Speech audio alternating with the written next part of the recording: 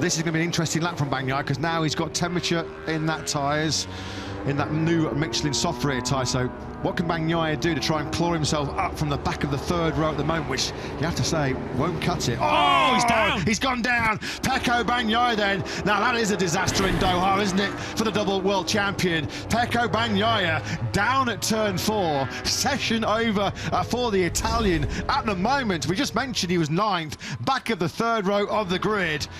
That was never settled. You could see there that the rear, as he started to think about flicking into turn 4, the rear kicked left on him, and then from that point onwards, he was a bit of a passenger on that factory Ducati. There was a moment where the rear just stepped out, maybe just overloading the front as it kicked back in as well. Pecco Bagnaia then, well, could it get worse? Already at the moment, best he could hope for is back of the third row. Acosta, Agura and Rins trying to make it worse for the Italian. He just smashed the fastest first sector of this session and then promptly smashed his Ducati to pieces at turn 4. An unmitigated disaster of a qualifying session for Pecco Bagnaia as we watch fellow Italian Fabio Di Giannantonio, who might be about to take provisional pole position here. Of course, a winner of this Grand Prix a couple of years ago, but Fabio Di Giannantonio has only ever had one MotoGP pole position. That was in rather curious conditions in a wet track qualifying session at Mugello, the best part of 3 years ago. Could it be Digia who takes the all-time lap record around the Losail International Circuit? Not quite. Half a tenth behind. He splits the Marquez brothers. Second fastest then, just as he was in the opening session here of the weekend. So Marc Marquez still leading with that early 150.877, which feels like an age ago already, doesn't it, in this Q2 session. Big freight train then, Morbidelli, Marc, Maverick Vinales featuring also in this train, trying to get some slipstream here. Vinales, 7th fastest, there he is on the 12 Tech 3 KTM. Over at the line we go. Ayagura's just lost one of his laps for a yellow flag infringement. He would have taken the yellow flags at turn 4. So can Marquez then. Just under 3 minutes of the session remaining. He's gone wide through turn 1. You can just see there Zarco quickly getting through on Vinales. Zarco, he wants the reference, doesn't he, from Morbidelli and Marquez ahead of him. That was good work. That was aggressive. Oh, once again, second time we've seen a big scare from Marquez, and he's backed out of it. He has checked out of it here. Morbidelli ahead of him. Morbidelli ahead of him had already rolled out, and we know that Frankie Morbidelli has been in a spot of bother, to say the least, with the F1 MotoGP Shields already this year. He was clearly on the inside curve there, making sure he wasn't disturbing any riders behind him. Di Giannantonio versus Alex Marquez now, it looks like, in this battle to try and wrestle pole away from Marc. What Zarco will have also wanted there was a slipstream to tow him down that main straight in an area of the circuit where the Honda is a little weaker, and it worked because Zarco set the fastest first sector. The fastest rider currently, though, is Quartararo on the Yamaha, who is the best part of 2/10 up halfway round. Well, we mentioned that he has not had a front row since Assen in 2022. His last pole position was at Mandalika in 2022. This would be a big surprise, a big shock here in Qatar. Quartararo going all in, and we know last night Quartararo was the fastest rider in the 4th sector. He was awesome through 15 and 16. Alex Marquez putting together a real blistering lap here as well.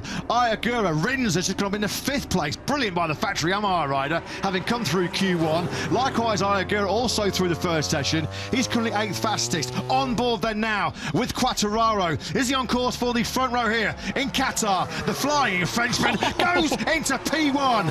Fabio Quartararo without a pole position in 3 years. Well, he had that pole position for, what, 5 seconds, because the MotoGP World Championship leader, Alex Marquez, fires back. He's the fastest rider in Grand Prix history here in Qatar. A mesmerising 150.600 from Alex Marquez. Would love to see those 2 laps again. Incredible laps from both Alex Marquez and Fabio Quartararo. It all now hinges on this final lap for Marc Marquez. Can he do something about his younger brother, who is not finished himself yet?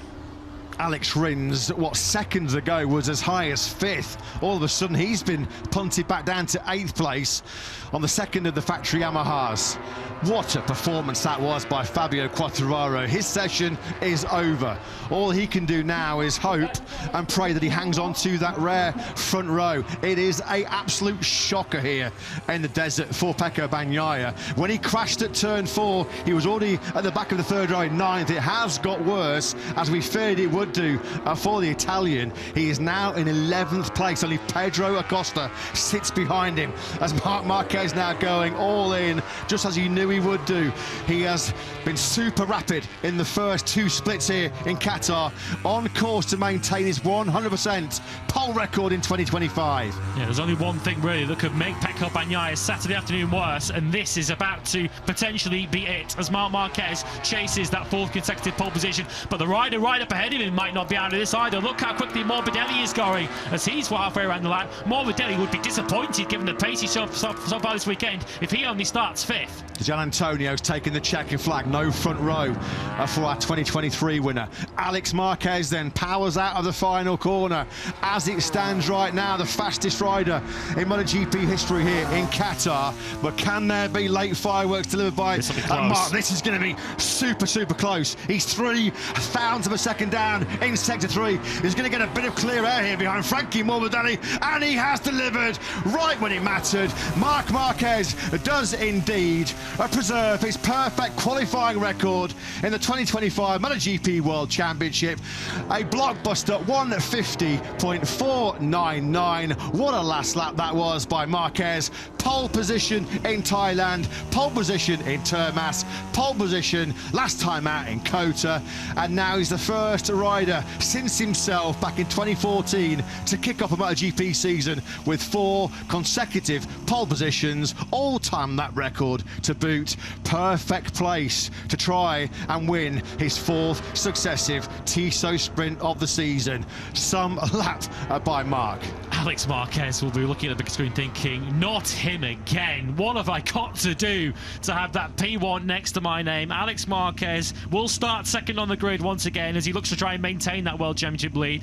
Performance of the session, though, has to be Fabio Quartararo, putting that Yamaha on the front row of the grid. Extraordinary performance. It's an all Ducati top 5, except for Fabio Quartararo, who's put that Yamaha on the front row of the grid.